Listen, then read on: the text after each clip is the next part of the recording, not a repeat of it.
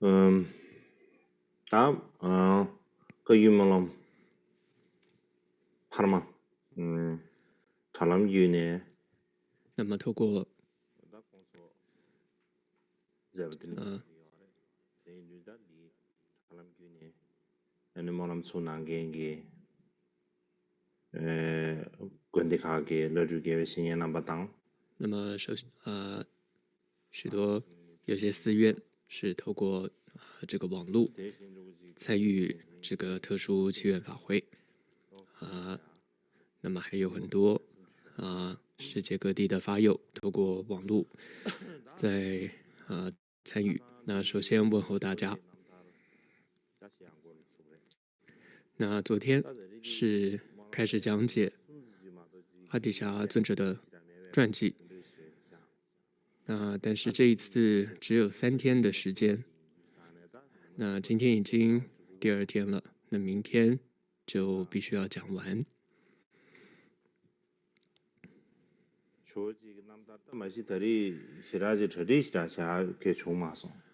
所以再加上因为这段时间比较忙，所以也没有办法准备的很好。再加上只有短短的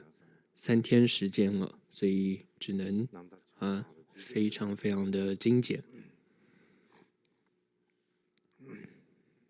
呢，卡桑的，就古冲别过的是古冲些呢的，昨天大概讲到了尊者阿底峡尊者出生的时间、地点、出生家族，还有少年时期。他那时候主要学习许多秘法，这是昨天大概讲到的内容。那接着今天要讲到的就是他出家的因缘。那为什么会他要出家呢？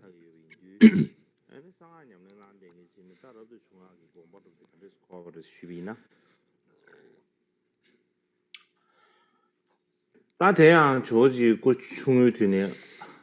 给两面那忙不呢？么，首先，尊者阿底峡尊者年少的时候就开始学习秘法，那么而且学到了很多的这些秘法口诀哦，所以可以说对这个秘法是驾轻就熟。所以本来呢，他的计划就是那这一辈子就是要做这个秘法的修行者，直到这个成就。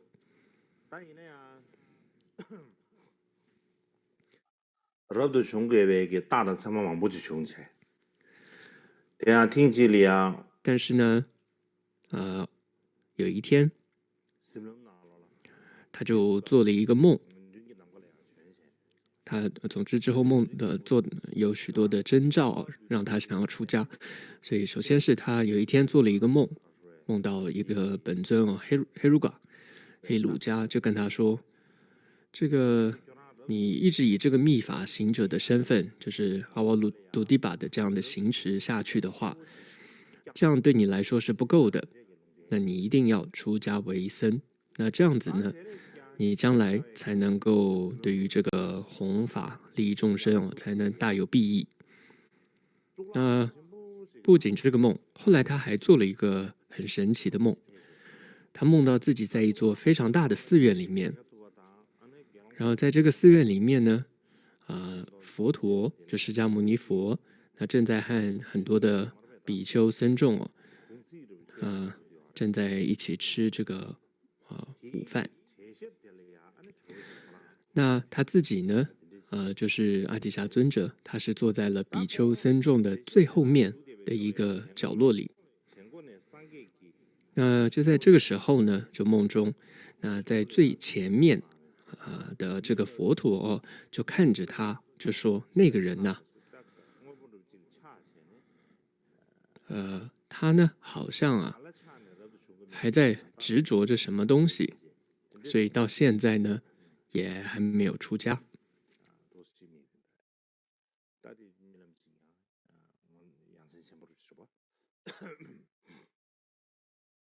呀，侬这个什么了呀？那还有一次，又是一个梦，他梦到呢，在一座寺院里面，他梦到呢是弥勒菩萨化身的一个比丘，他在这个一座寺院里面，他呢就想说他要走到这个比丘面前，但是呢，这时候弥勒菩萨就说出一个声音，告诉他说：“哦，这个地方呢是出家人的地方，那你是在家人，那不可以过来。”所以，总之，由于许多这些不可思议的梦境，那阿底峡尊者就觉得，自己应该是时候了，应该要这个出家了。而那时候当时尊者呢，他就是平时是借宿在这个那烂陀附近的一间房舍，而那个房舍的屋主他对于这个佛法算是比较是很有，可以说算是熟门熟路吧，因为那时候有很多不同部派嘛，所以总之他就问了那个他的房舍的屋主，就问说：“我应该去哪一个部派里面这个出家会比较好？”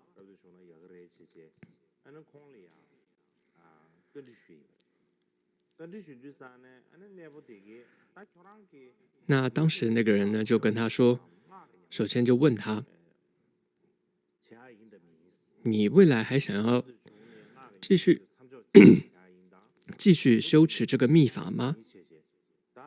就你出家之后，你还想继续修持这个密法吗？”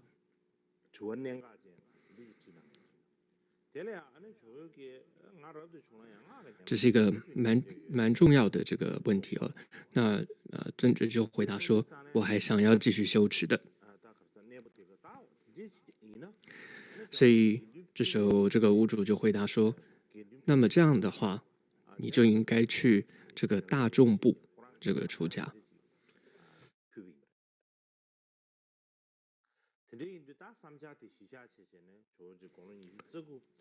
于是呢，阿底峡尊者就在29岁的时候，他就在菩提迦叶，当时那边大概有许多的这个寺院，其中有一个叫马希，有一个寺院，应该是叫摩诃菩提寺，但也有另外一个说法，他是在这个飞行寺出家的。总之呢，有不同的一些说法，但是呢，虽然寺院有不同的说法，但是为他剃度的这个剃度师呢是同一位，那他是属于呢这个大众部的这样一位长老，他是属于这个佛智阿舍离传承。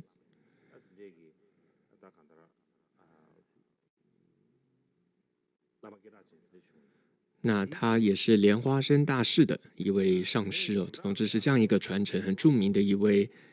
上师。总之他是属于这个佛智阿舍离传承的大众部的长老，然后且呢是得到了加行到证悟的这位剃度师。总之这位剃度师名称叫什么呢？叫做希拉拉西达。那他就跟随他呢剃度出家为僧，然后得到法名叫做迪邦嘎拉西加纳。那这个翻译过来意思就是吉祥燃灯智，所以迪邦呢就是灯，嘎拉就是燃，西就是吉祥，加纳呢就是智。因为他这个传承中就是属于这个佛智阿舍离的传承，那这个传承的只要是他的弟子的名号当中都会有这个吉祥这2个字，有这样的一个传统，所以呢，这个阿底峡尊者他的名字当中也有吉祥这2个字。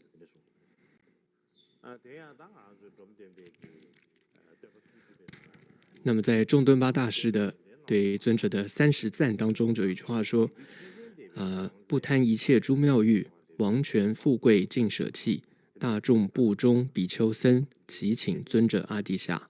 所以这里可以看得很清楚，就看到说阿底峡尊者是在大众部中出家的比丘僧。在那之后，出家之后啊，尊者就是非常的注重戒律，就是再小的这种恶他都会非常的小心，避免造作。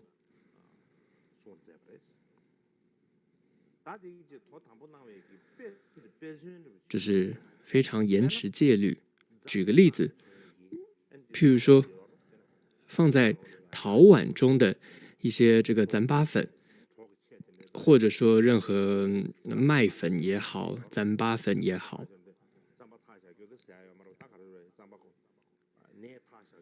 总之应该是麦粉吧。那放在用这种陶碗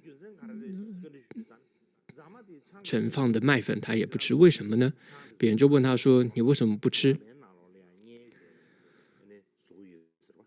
他说呢：“因为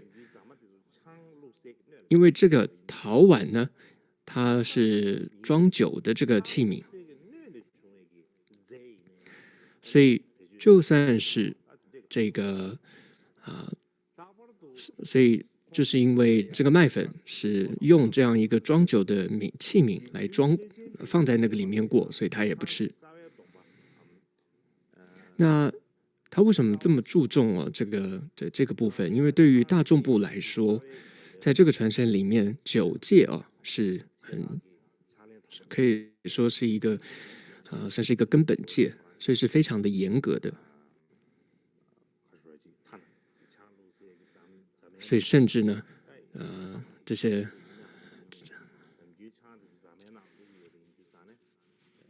甚至不一定那个陶碗是真的是装过了酒但就是因为那种陶碗是会用来制作酒的，所以他连那样的陶碗，他只要是那样的陶碗装过的东西，就比如说麦粉，他都不吃。所以尊者呢也曾经说过：“我从未违犯过别解脱戒。菩萨戒违犯过一丁点，密乘的三昧耶戒呢犯过一些，但是没有超过1日，他就会忏悔。”换句话说，就是说密乘戒他犯过一些，但是呢，他绝对不会超过1天不忏悔，或者说过了几天之后才忏悔，他绝对不会，就说今天犯过的戒，今天就一定忏悔。如果比如说隔了1天，当天犯了戒，他当天也一定会忏悔，这样子。那接着我想说一下他的称号的这个来源。那尊者一生当中有许多的不同的名字。那在就是印度发音中比较广为人知的，就是其中一个就是阿底峡。所以这个词翻译成这个它的意义来说，就是很殊胜的意思。那阿底峡这样的字呢，有很多种翻译的。首先呢，阿底就是很崇高殊胜，峡呢就是心，所以合起来就是很崇高的心，或者说很殊胜的一种心。这是一种解释，或者再一种解释，阿底呢是非常，峡呢是平静，所以合起来就是说非常平静的意思。再一种解释呢是阿呢是瑜伽士，底呢是班智达，峡呢就是比丘或沙门。所以阿呢就是指那位阿瓦杜迪巴，所以是指那样一位瑜伽士。地呢就是班智达的弟，大概是这个意思。夏呢，有时候是指比丘，有时候也指这个沙门，所以也有这样来解释他的名字的。所以总之，阿底峡这个名字你可以看到有不同的解释哦。但接着，阿底峡这个名字它是怎么来的呢？那说法主要有2种，一种呢是依据班钦索难扎巴撰写的噶当教派源流叫心意庄严的说法，就说这是抢救于呢抢救我对他的一种尊称，就是因为他的慈悲和智慧呢极为殊胜，超越其他所有的班智达，能够让佛陀的这个珍贵法教更为广大的弘扬开来，所以呢，他就可以说给他的一种尊称。另外一种说法是，那这是依据了萨迦派的敦坚索南撰写的叫噶当派源流殊胜大海。他是说呢，当时有一个波罗王朝的一个法护国王，叫做达玛帕拉。那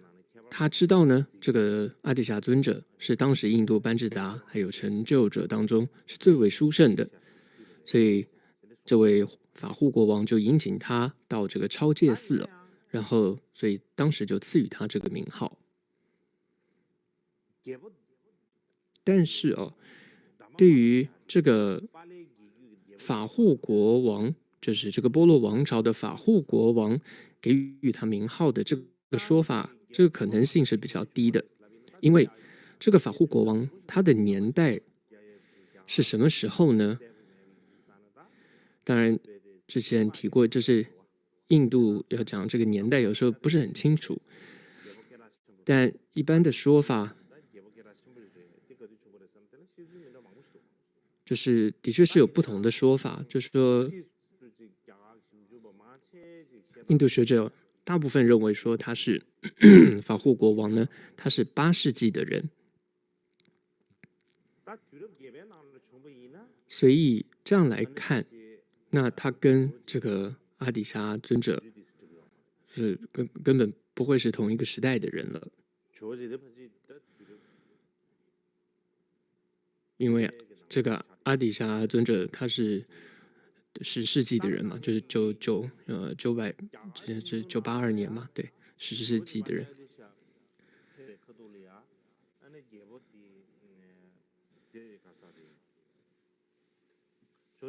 अतिशय फेवे कवकी अने पाले की गेबोदी देवा पाला yin sung do di कवकी गेबोदी पसी di 而且बेहा पाला yin sung से बेहा पाला yin sung से 这里大家得过大这些关系。所以总之这个也是要这个说法呢是比较不可信的，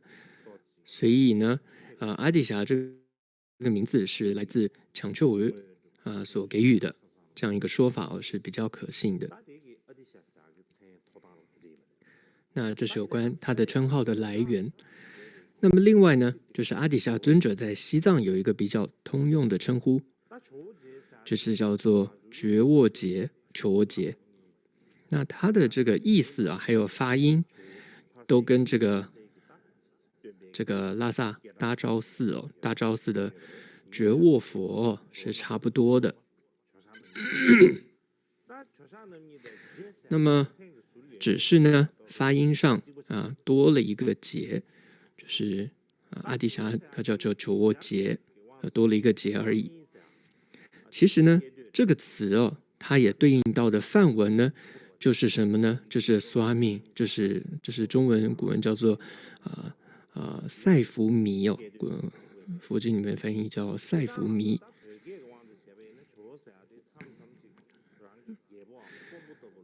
那么总之讲回来，这个觉沃就是也叫赛福弥那觉沃是什么意思呢？它就是主人或者说一种大哥的意思。譬如说藏文中我们会称这个哥哥就是阿周，叫阿周、啾啾或舅啦等等。那么或者我们说酒窝，它指的就是大昭寺那个报身像的一个觉卧佛。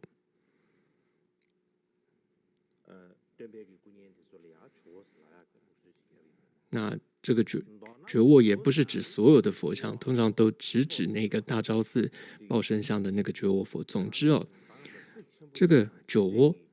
卧可以说就是对自己非常仰慕、这种崇敬的一个人或者说就是能够保护自己，总之是一个非常仰慕、尊敬的人对他的一种尊称。所以无论如何，这个词就对于整个藏地的藏人们来说，他们称为觉卧节的人，就只有阿底峡尊者这么一个人。所以这就可以充分体现出在藏族人的心目中，就是对尊者有这种亲切、爱戴，还有这种感恩的这种心。所以有这份独有的、无人能及的一种感情所以就像是在心里有一个特别的位置给他，所以会很亲切的称他叫觉卧节、求卧节。所以这个是有关阿底峡尊者，也叫觉卧节这样一个名称的由来。所以从他出家，然后一直到他31岁的这几年中他主要学习了显宗的经典，还有哲学思想。比方说，当时小乘的4个根本部派的经律论点，譬如说4根本部派就是大众部、一切有部、上座部，还有正量部。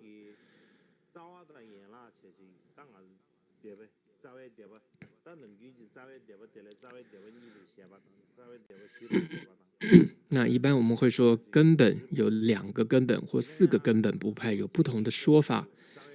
然而呢，阿底峡尊者那个时候是4个根本部派。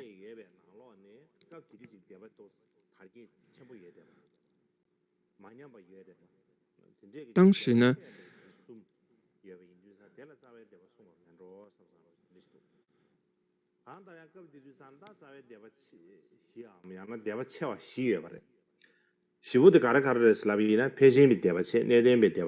总之呢，当时就是这4个根本部派，就是大众部、一切有部、上座部跟正量部。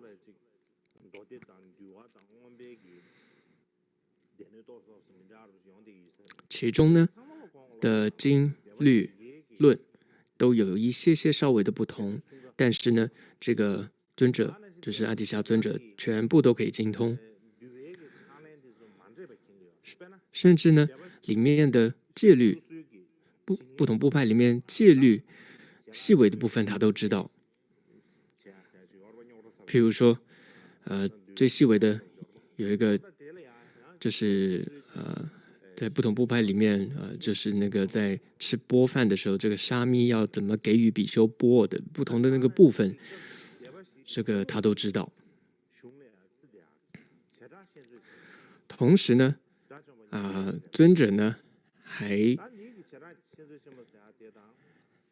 学习了这个大毗婆沙论。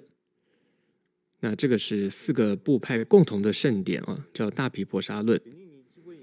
这是由优波举多所学习的大毗婆沙论。那这个大毗婆沙论跟中文里面的大毗婆沙论是不是一样同一部，我是不确定。但总之呢，有的说呢是300多卷，有的说是800卷。那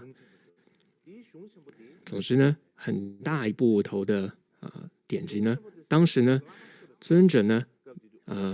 也学习了这部论点。他当时呢是在哪里学呢？他就是在飞行寺这个寺院跟随叫达摩热西达这位大师学习了12年，就学习了这部大毗婆沙论。那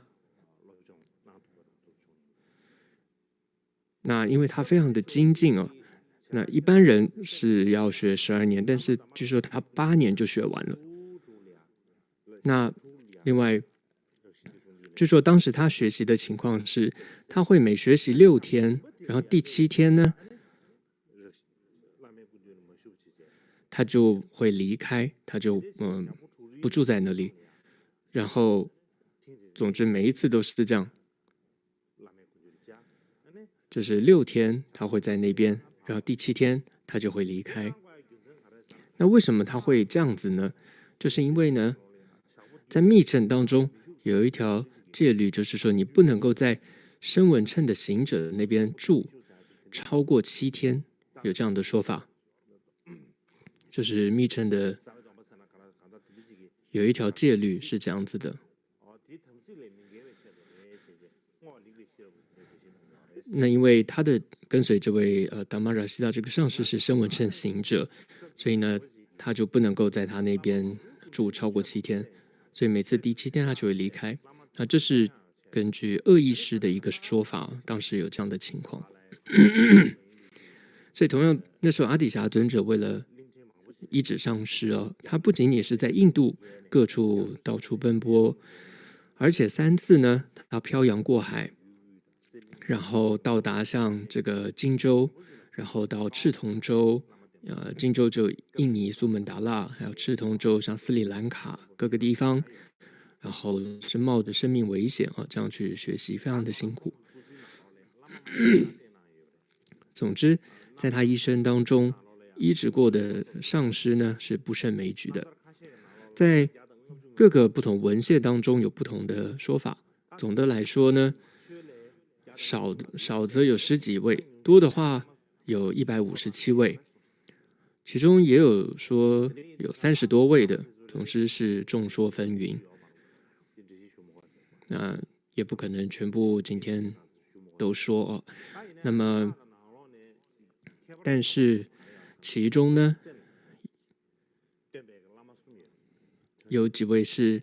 教授了阿底峡尊者菩提心的修学法门的很重要的3位老师。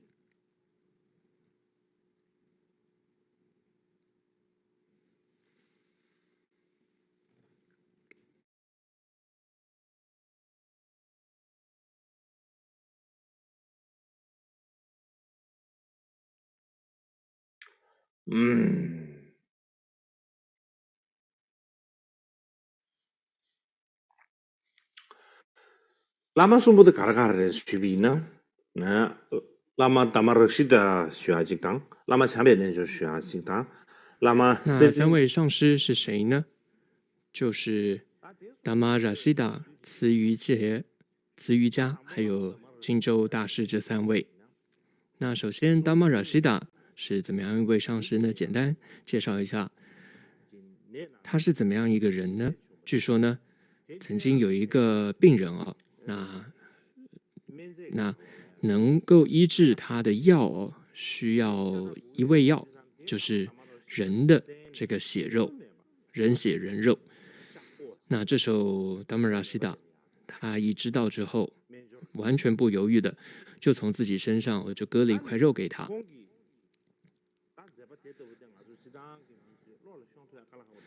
那我想可能一般人我们听了就觉得这是无法想象的一件事情。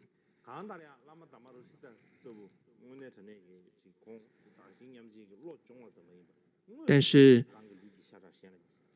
不管怎么说，他就是这样一位大师。他不仅是在心理上能够做到自他交换修心，而且能够在生理上也完全将自己的身体布施给予他人的大师。再来第2位是慈瑜伽大师。那过去有一个故事就是当时有个人很用力的在这个抽打一只狗，那这个慈瑜伽看到之后呢，心中就升起了强烈的悲悯之心他就直接就用观修，然后将那只狗所承受的疼痛痛苦全部转移到自己的身上，由他来承受。然后他不仅仅是将狗的感受由他来承受，甚至呢，他还将那个狗身上的真正实际的肉体上的痛苦也由他来承受了。所以后来慈瑜伽这个大师身上，他也真的长出了各种被鞭打之后的各种这种脓包，还有那种伤痕这样子。所以从这个故事我们可以看出，这位慈瑜伽上师他心中的这种慈悲的这种修持力真的是多么的深刻和广大。他的这种修心的功力真的不是一般人能够做得到的。再来第3位就是金州大师。那有一种说法说，金州大师就是菩提心本人。换句话说，他就是菩提心，就这个意思。就金州大师他就是菩提心，就这个意思。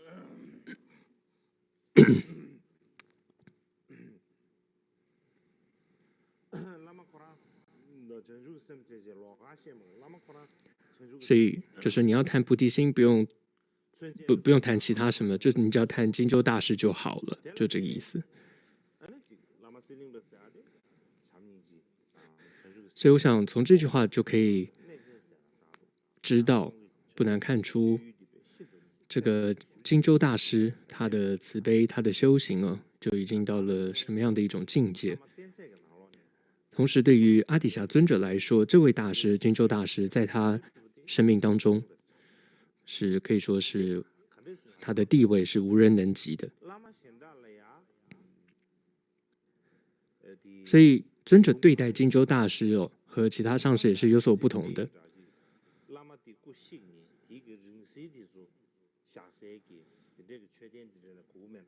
例如金州大师的这个灵塔，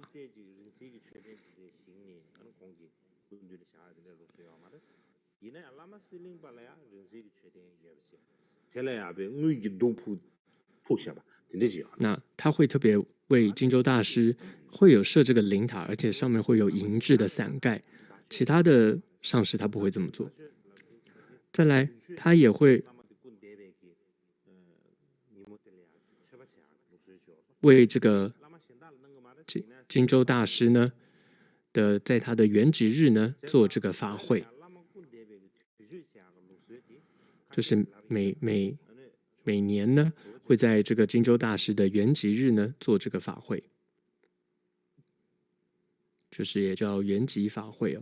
也去藏文。但是所以这也是后来很多这个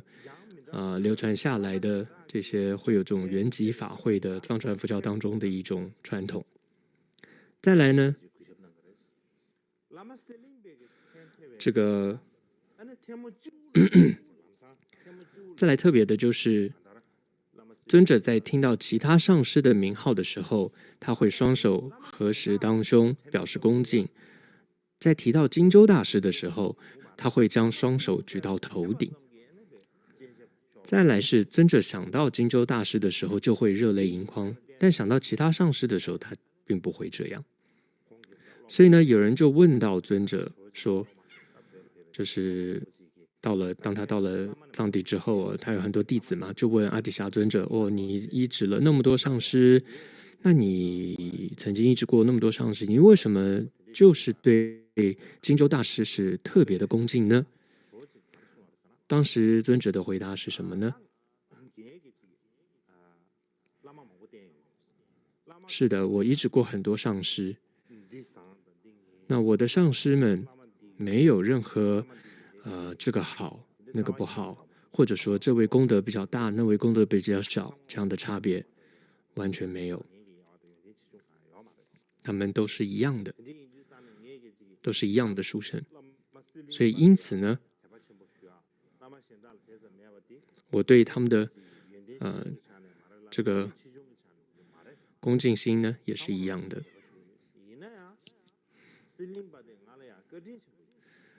然而呢，因为金州大师对我有极大的恩德，所以我对他特别的恭敬。那么请问是什么样？那又是他对我什么样的大恩呢？他又就说了，他对我是什么大恩呢？那我能说得上功德的，只有那么一点善心吧。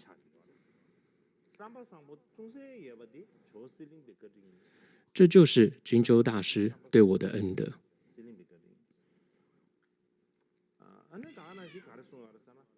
同时呢，尊者还说，他因为自他交换的这个菩提心法，就是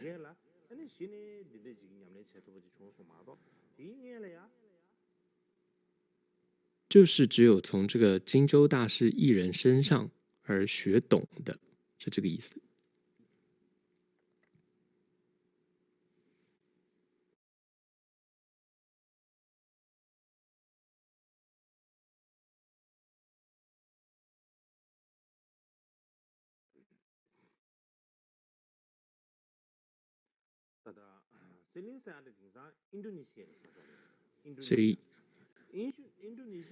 所以金州大师呢，对于他来说呢，是特别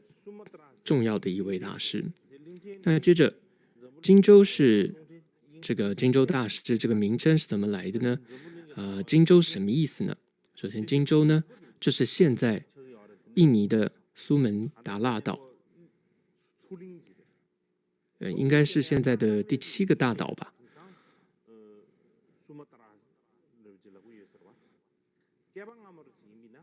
所以现在叫苏门答腊。那过去呢，它过去的古名啊，叫做苏瓦纳迪瓦迪维巴，有这样一个名字。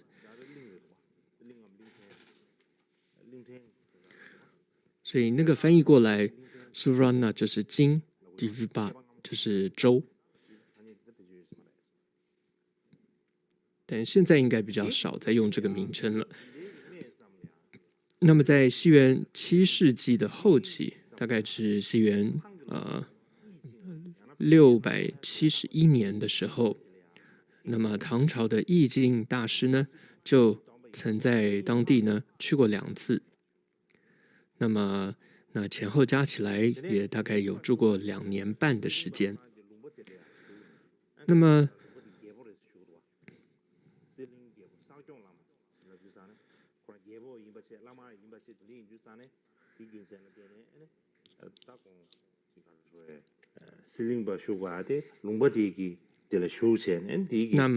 所以金州大师呢，他就是因为他住在那里，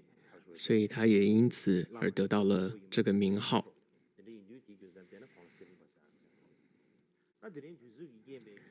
那么因为今年时间的关系哦，就不多说这个当时阿底峡尊者是怎么和金州大师见面那个过程，日后有机会就再说。一般来说呢，尊者一生当中医治过大乘中观唯识的很多位大师，然而最主要的上师像是其中金州大师啊，还有香提巴，就是宝生极净啊等等，他们又都是唯识派的老师。所以如果我们去研究阿底峡尊者一生的修行，重点会发现他还是围绕着金州大师所传授的广行派的法教在做修持，所以也就是以唯识一派作为主要的修持。换句话说，阿底峡尊者他一生身体力行的，其实就是在把甚深见和广行见，也就是中观和唯识结合在一起，这样去做学习和修持。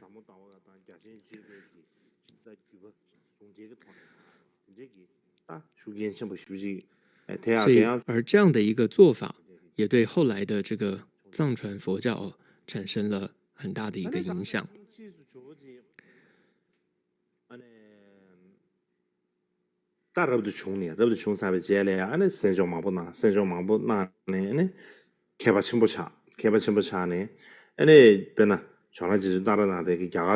那么在觉囊派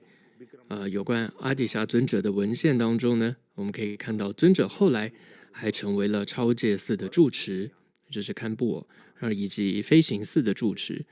然后他就受到当时印度各个部派广大僧众的尊敬还有爱戴哦。而且还很特别，就是他的个性呢，非常的包容，非常的这个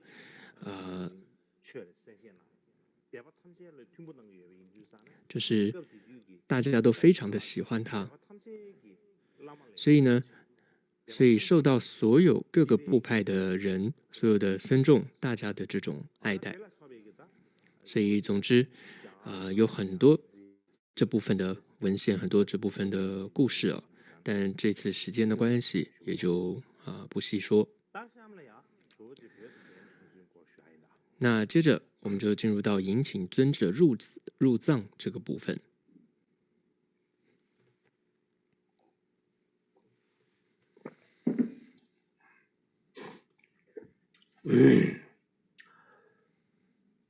大庭上的民众啊，那么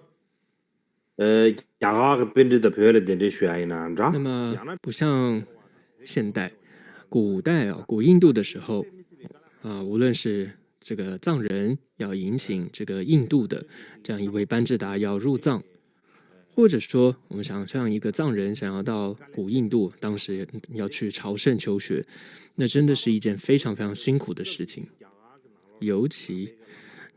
阿底峡尊者，他可是当时印度这样一位国宝级的一位班智达，然后是举足轻重的这样一位学者，还有上师，那更是不可能说这个说请就请啊，马上就可以请到这个藏地的。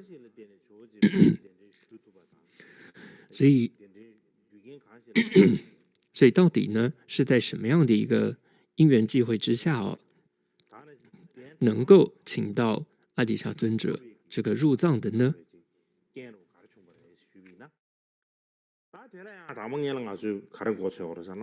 那么首先我想我们必须要有一些这个知识背景就是对于这个藏族的小历史必须有一些了解。首先呢，这个在7世纪初期这个也就是松赞干布王的时候，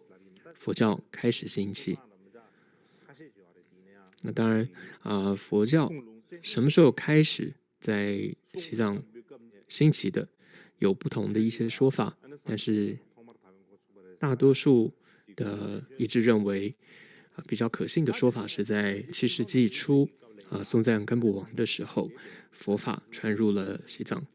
然后一直到赤松德赞的时候，可以说佛教开始兴盛。然后之后呢，传了4代，到了这个达尔玛乌东赞的时候，他这个达尔玛乌东赞其实他就是朗达玛，但这个其实朗达玛是后来对他的一种就是后人因为不喜欢他给他的一种这种不好听的一个名字，但他真的名字叫做达尔玛乌东赞，所以就是朗达玛那个时候就是西元841年，那个时候呢，整个佛教就开始衰败了。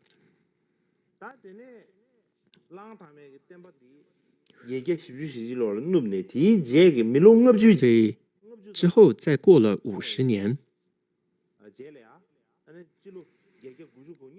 所以也就是到了892年，那么就有一位叫贡巴惹塞出生，所以他也就是在朗达玛灭佛之后50年他出生，那他也就是弘扬这个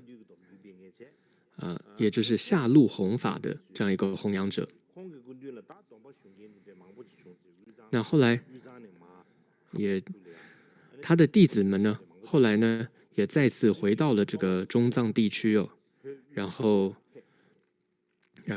在拉萨地区呢也建立了这个寺院还有僧团。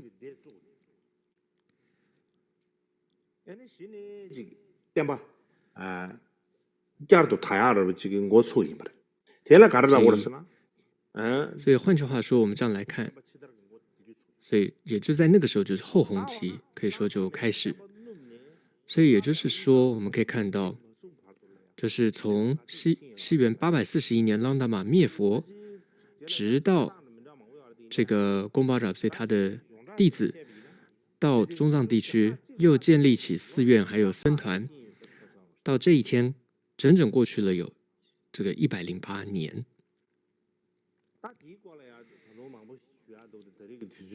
那所以有这样一个空白时间哦，108年的空白时间。所以总之这部分时间关系就不细说。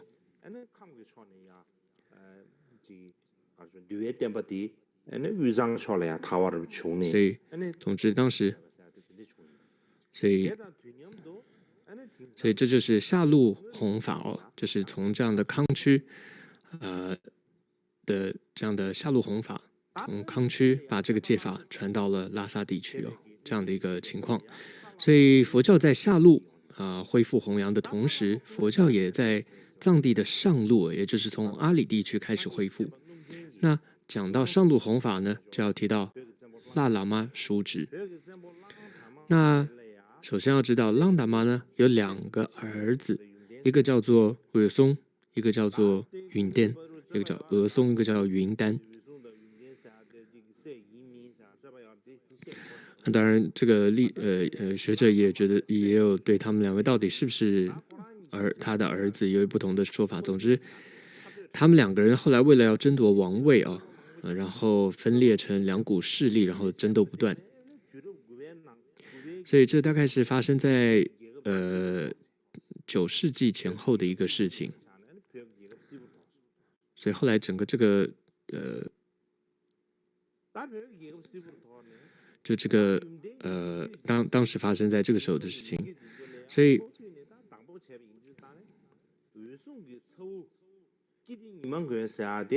然后后来呢，由于那个云丹一派啊，他们穷追不舍，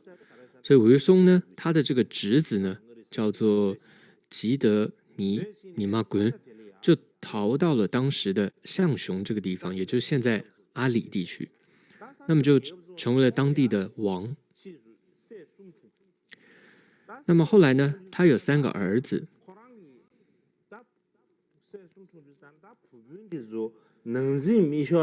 那他为了避免就是他后代这3个儿子再发生这个冲突，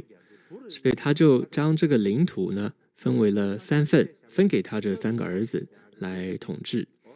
所以从此就有我们现在听到叫做阿里3地区，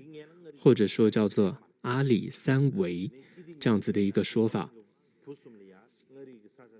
在这之前是没有这样子阿里3地区的说法，所以主要就是由韦松他的侄子叫做吉德尼玛滚由他所开始的。这里我附带想到就说一下，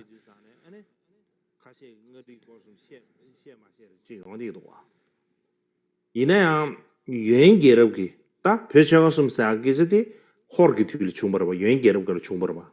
이 호르기 쇠샤교지래 마도 베베 쇠샤교지 말해. 那么这个藏区在元朝呢，将这个西藏分成了3个地区。那么在就是元朝的这个文献里面记载，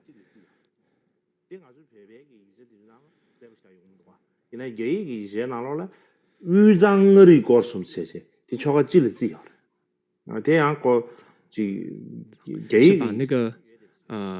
中藏，然后等地阿里是算一个地方，好像是这样说，有这样的说法。对，那总之的附带提到了。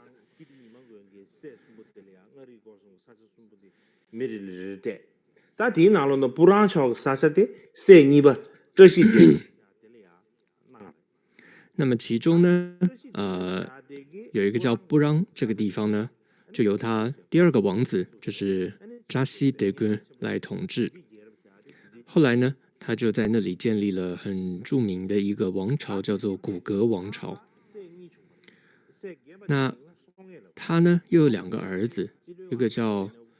松他是出生在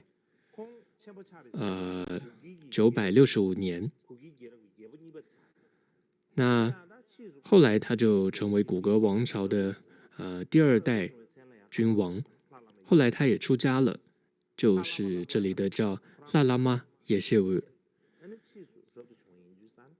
那为什么叫喇喇嘛呢？这是因为喇指的就是王，喇嘛就是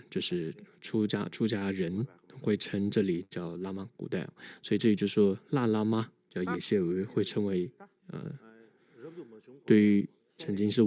国王出家的，就叫喇喇嘛，有这样的一个名号。不仅是这样哦，他仅有的2个儿子后来也出家了，所以可以知道他对于这个佛法是非常的投入和虔诚的。那这个喇喇嘛也谢维呢，他对于佛法的贡献是非常大的。首先呢，第一个呢是他有几个伟大的贡献啊。那么第一个是他将三波罗，也就是西律西方的律的戒律传到了西藏，然后恢复了藏地的僧团。那第二个呢，就是迎请了阿底峡尊者。再来第3个呢，就是培养了很多的译师，像是仁钦桑波等等这些翻译的译师然后开创了这个新译派。所以他有这3个很大的这个贡献。那么关于他迎请尊者，那说法有2种。那一种呢，第一种是说，当时也谢维呢去一个地方叫卡若，然后筹集这个金子要去迎请阿底峡，然后但是当时却被卡若的国王抓了起来。那这时候也谢维的他的侄子就是叫抢丘维，就想办法要把他的叔叔就是也谢维这个赎回来，但是结果无功而返。后来这个也谢维呢也就在那边就死了，有一种说法被这个国王给杀了。但是呢，这个说法也不一定是完全正确，因为也有另外一个文献里面有不同的说法，就是有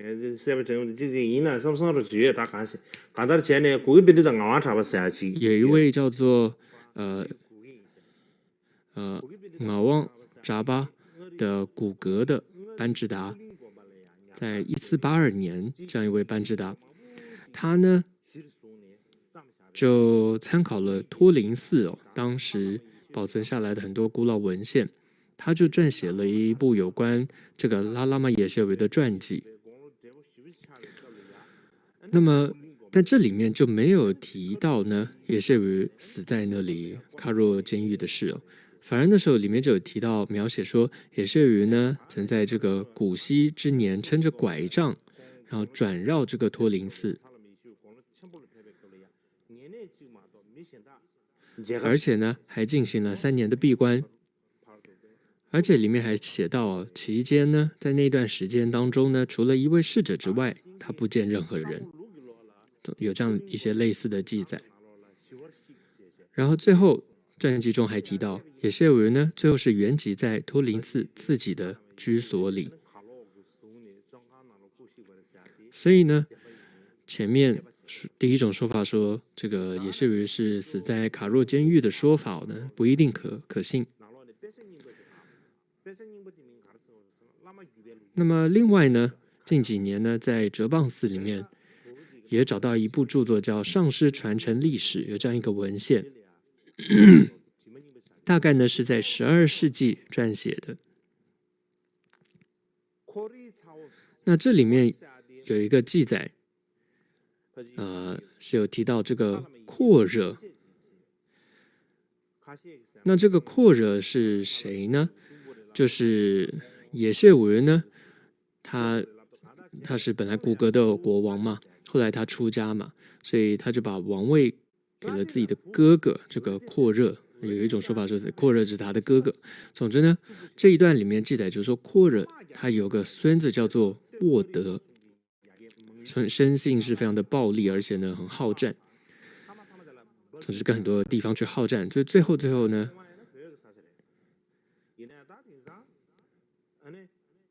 파키스탄이 응어공을 봐 육수도아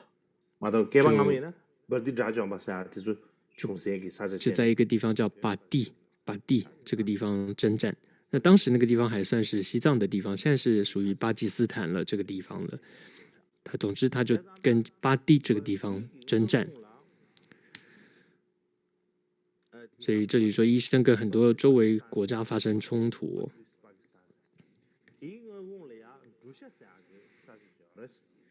대담마 멍주잡 아니 멍주잡나 마 파네 아니 루시 最后他就输了，然后他就被这个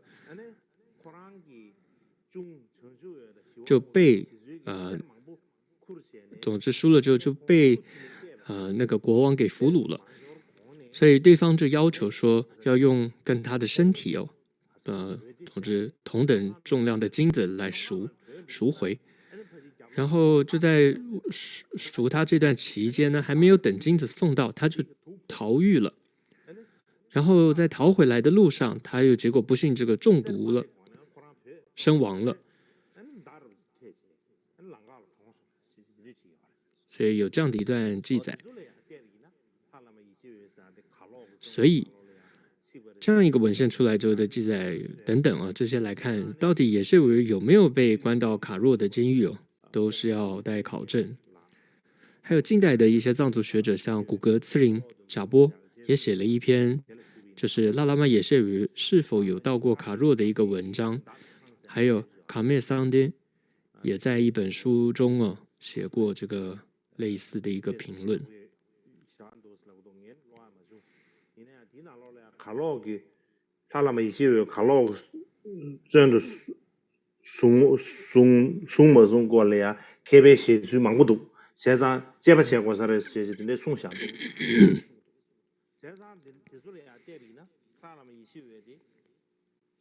อันนี้卡洛真的送几三的，대바이메大致写过来了，就差多三三的那些多，那说到底这个是2-3下里呢。好的，那今天就先讲到这里。